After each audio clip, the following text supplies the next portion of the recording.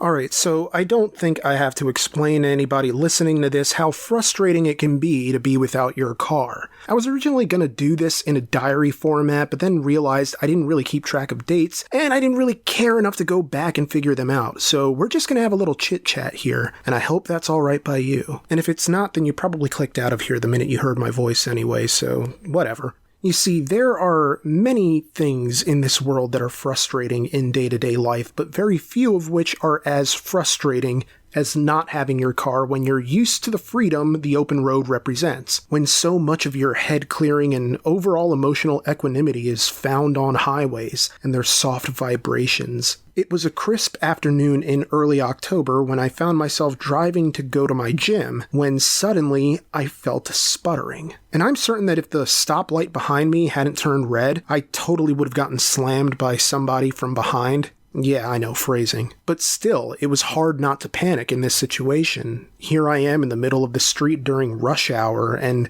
Red Betty is just sort of given up. I've had this Mustang for 4 years, and this has never happened before. Not even in the depths of a Pennsylvania winter, with its snow deeper than the resentment of a Star Wars fanboy. Because when you say you like Star Wars, what you really mean is you like 2 movies, maybe 3 tops. And then everything else is bitching and moaning about how things aren't how they're supposed to be, and characters should have done this, that, or the other thing. It's like being a Chrysler fan and wondering why they aren't anything like the Chrysler you grew up with. You can blame it on the mergers all you want, but it's not like Chrysler was out here putting it down like $1 bills at the Sugary Clam before Fiat got involved. But I digress. You see, I knew what I was getting into when I bought this V6 Mustang, and as banal as it sounds, yes, this was my dream car for a very long time. Well, my attainable dream car, because realistically, there's no way that I could properly own an AMC Eagle. It would live under a car cover. I mean, the amount of maintenance that would take to keep on the road. And frankly, I live in the city. It's not a great place for an Eagle, as much as I would like to one day have one. But even then, it's like something that I'm not entirely sure I would be able to give my all to. And I think, an AMC Eagle deserves to be owned by someone who not only loves it, but can afford to take care of it. Not just monetarily, but in terms of time as well. So yes, this red Mustang was my dream car. Well, not the V6 part of it, but beggars can't really be choosers in this situation, and so I took what I could get, because it was hard enough not owning a car in my own name, but this? No cosigners, no lease, nothing. Just cold, hard cash, and a cruise right off the lot. And I've loved every minute with this car ever since, even though I've driven any number of cars over the years with RCR that are demonstrably better in virtually every way. Those cars are great, but they aren't mine. They haven't been there for me when I'm in that Mazzy Star fade into you type of mood and just need to go for a drive. They haven't been there for hanging out with family, hanging out with friends, going to car meets, or any other number of functions that, yes, you need a car to get to. Now, it's easy to make the argument that it's time to put Betty out to pasture. Earlier this year, I had a Bumble date I had to cancel because Betty needed some work done, and I didn't want to chance it when she needed new brake rotors and pads. The car, not the date. And hell, I'm no mechanic, but I had a pretty good idea of what was wrong when I heard the grinding and the outright clunk every time I came to a stoplight. So I went and I got that fixed. And right there, you could say, but Roman, you obnoxious twit, you're already putting more money into the old girl than she's realistically worth. When you also factor in the 4 new all-seasons you got last year and the new radiator fan you had to put in to prevent overheating, to say nothing of the control arm bushings you also had to replace. And I get it. Over the course of 4 years, I've spent more money keeping my car in working order than many people do restoring a car to life out of a junkyard. But it's like a casual fling that turns serious. Once feelings get involved, your life gets a whole lot more complicated than you want it to get. And you find yourself incapable of thinking rationally because your mind travels backwards to when everything was great. When the car was running smoothly and you were at the summit of all joy. Just you, your car, a sunny day, and a new episode of Wrestling Observer Radio. Because of all the things you liked as a kid that managed to stick with you all your life, cars and wrestling somehow linked arms and went skipping down the yellow brick road to adulthood. Right there with Star Wars, Final Fantasy, and women who offer the slightest attention whatsoever. So back to Betty, and yes, I'm calling her that because I've always called her that, and I'd like to imagine people other than Brian and I name their cars, and that it's not just some pop culture thing where TV shows and movies want you to believe people name their cars, but they really don't, and actively look down on people who do. Hey, if you name your car, feel free to say so down below. I'm sure we have creative types around here, and you sure as hell won't get judged by me. So back to Betty for real this time, as I'm Grandpa Simpsoning the hell out of this story. So Betty begins to sputter and die. The light isn't going to remain red for long, so I try to get her started again to no avail. The electronics turn on, so I figure it isn't the battery, although electronics have been known to turn on in some cases where the battery was at fault. I mean, it happened to me the first time I had to get my battery replaced. I'd gotten pulled over for running a red light, which, I mean, it was right on the line between yellow and red. Anyway, he let me off with a warning because he knew that I knew what I'd done wrong. But then my car wouldn't turn on, so he offered to give me a jump, and then he offered to escort me home, essentially, in case I broke down again and needed another jump. And now this is after he drove all the way back to the police station to get a jump pack because they weren't allowed to give jumps from their squad cars.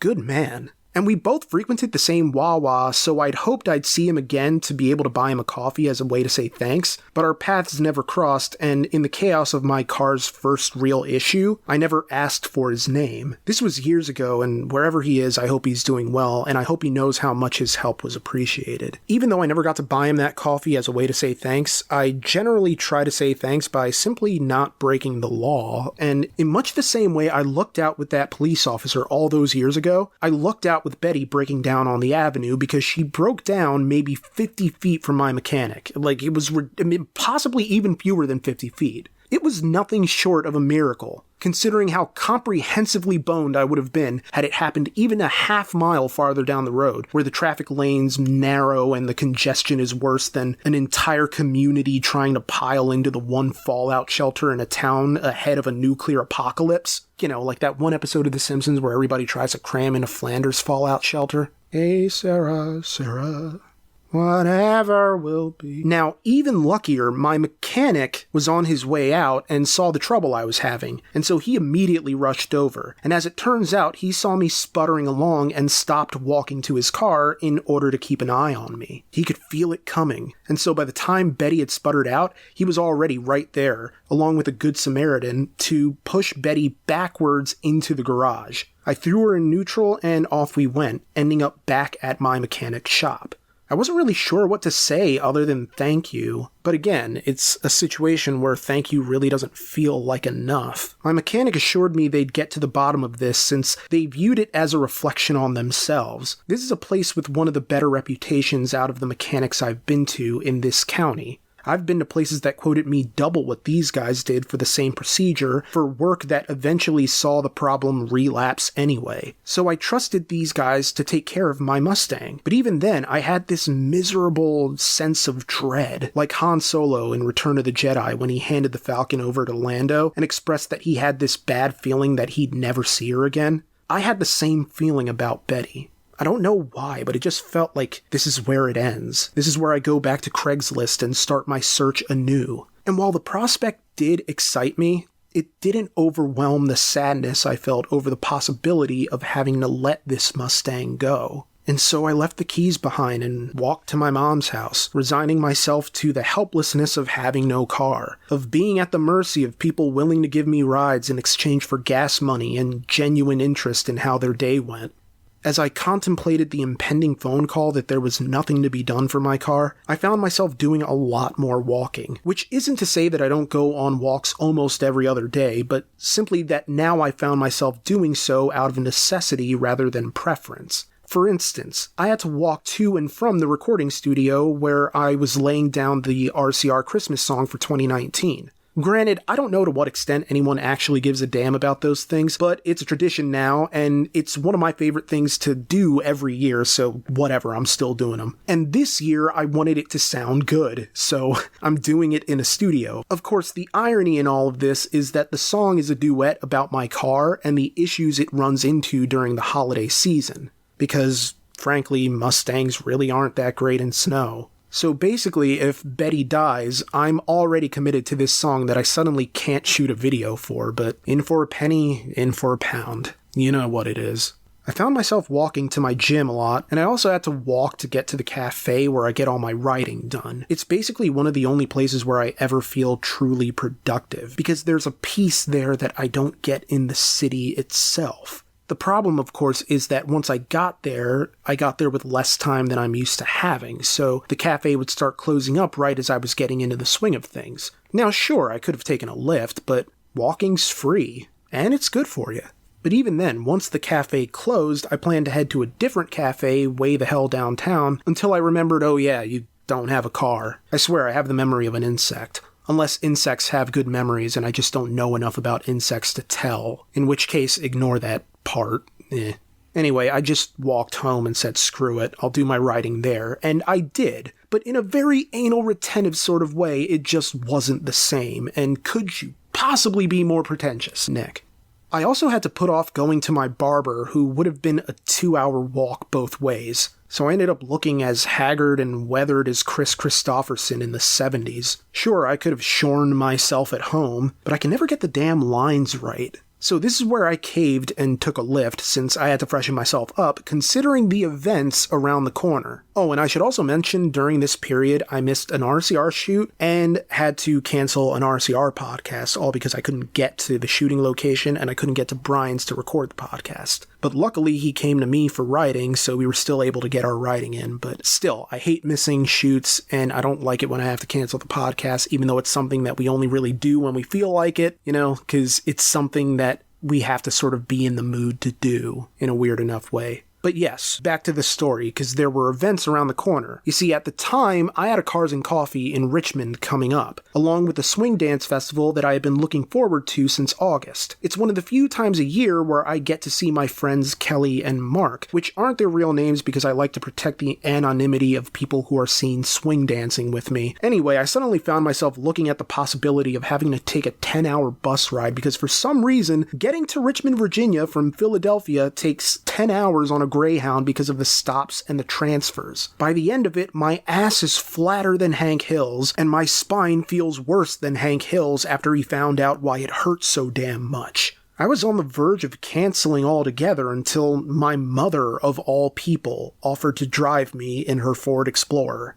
Long story short, she's retired from the public school system and, well, she has a lot of free time now, so why not go on an adventure with your 34-year-old son to the wonderful city of aimless commerce known as Richmond, Virginia? I mean, I took enough rides from my mom as a teenager, why not keep the tradition rolling, right? So I booked my mom in a Holiday Inn since I'd be staying with my friends, and got her a nice single king bed room with plenty of space for her to work on her paintings, and it was only minutes away from Carytown, which is this downright quaint little spot full of consignment stores, cafes, and vintage clothing. And bookstores, and candy stores, and street vendors, so she kind of considered it a bit of a vacation, just like I did. So yeah, a 34-year-old man went on a road trip with his mom, listening to podcasts, complaining about which exits to take even though it's basically I-95 damn near the whole way down, and trading off on driving because a 4.5-hour drive somehow ballooned to 6 hours and 15 minutes, when you factor in traffic and stops and, the road. But when it was all said and done, I would argue it was all worth it. My mom got to finish her holiday painting while beginning a Birds on a Wire sketch, and while Kelly and Mark were busy running errands on Saturday prior to the swing dance, I got to wander Carytown with my mom and show her all around the different cafes and stores and parks in and around the area. You wouldn't think an Elwood Thompson grocery store would impress someone that much, but hey, it impressed me. Now, this was all after the Cars and Coffee earlier that morning, which had a trunk or treat type event going on. I went there with the intention of making a video, the Compliment Car Show 2, a second video where I essentially go around complimenting the cars. But I'm not as quick-witted as Brian when it comes to saying things about a car on the spot. It's also challenging when you take the cynical approach of most of our car show videos and undercut it with positivity. so it took me a while to come up with anything to say, but there were some truly lovely cars on display, like a Carmen Ghia, a Ford Thunderbird with an inexplicable mannequin offering candy to children, a Chevy Bel Air, a freaking Nash Metropolitan, an MGB, a smiling Austin Healey Sprite, a sweet Jeep Grand Wagoneer, and a sick little Toyota Serra. Loved it. I got recognized twice at the show, well, technically 3 times if you count when I got recognized by an employee at one of the consignment shops in Carytown, but all 3 were super chill and respectful, which I love. Good men all around. And a great car show all around as well. Richmond Cars and Coffee always offers such an exhilarating amount of variety, along with people who could talk your ear off about all sorts of makes, models, and generations. It only runs from 8 a.m. to 10 a.m., which hardly seems like enough time, but you'd be surprised by how much gawking you can get done at a car show in 2 hours. What was funny to me, though, was the young guys waiting at the exit ramp hoping to see crazy, loud pulls, and the cops who would give chase almost immediately after. It's probably not the best thing for public perception of car culture, but here we are, and it's part and parcel of what keeps people interested in the community, for better or worse. Well, I should say some people. It is possible to be into cars and also not be into people doing loud things at a car show. I should add that I eventually got the call that my car was fixed and I could finally come pick her up once I was home. As it turned out, Betty had only needed a new fuel pump, and I had given my mechanic authorization to fix the issue. The swing dance was a blast, and I ran into an old friend who actually owns 6 vehicles, 3 cars and 3 motorcycles. Dude has an MR2, an RX-7, and a garage housing more car parts, tools, and works in progress than you'd think a garage could realistically fit. We need to get this guy on the show someday. We just have to. Swing dancing is tiring as hell, and Kelly and I went to Wawa for late night snacking. The next day, Mark gave me a ride back to the hotel, and my mother and I began the 5-hour trek back. I would be remiss if I didn't shout out my one Lyft driver who took me from the Holiday Inn to meet with Kelly and Mark. She was a woman who was a nurse's aide, a Lyft driver, a daycare worker, and a small business owner, as she ran her own catering business that specialized in a variety of different cuisines. And as I spoke with her, she expressed how easy it is to get attached to your patients as a nurse's aide, particularly when some of them are left without aides at all. When someone in the profession decides that it isn't for them, it could be days before that patient gets someone new assigned to them, so that person's needs aren't being met with the attentiveness that profession demands. My driver recalled mourning the loss of a patient and how it hit her as though this had been her own grandparent. But the family had expressed immense gratitude for how comfortable and cared for she made the man feel in his final days. She said it broke her heart, to which I responded that maybe this is the sign that she's in the right profession. If you care, you're going to give more than someone who doesn't. Then again, you kind of have to look out for your own well-being as well, to not take work home with you all the time. I wished her luck when she dropped me off, and she wished me luck as well, with a big smile. I do remember that towards the end of the ride, she mentioned how she was saving up for a new car. I didn't have much in the way of advice to offer with less than a minute left, except to say that unless you have some sort of sentimental attachment to them, like I do for whatever reason, don't get a 15-year-old Mustang. Just don't.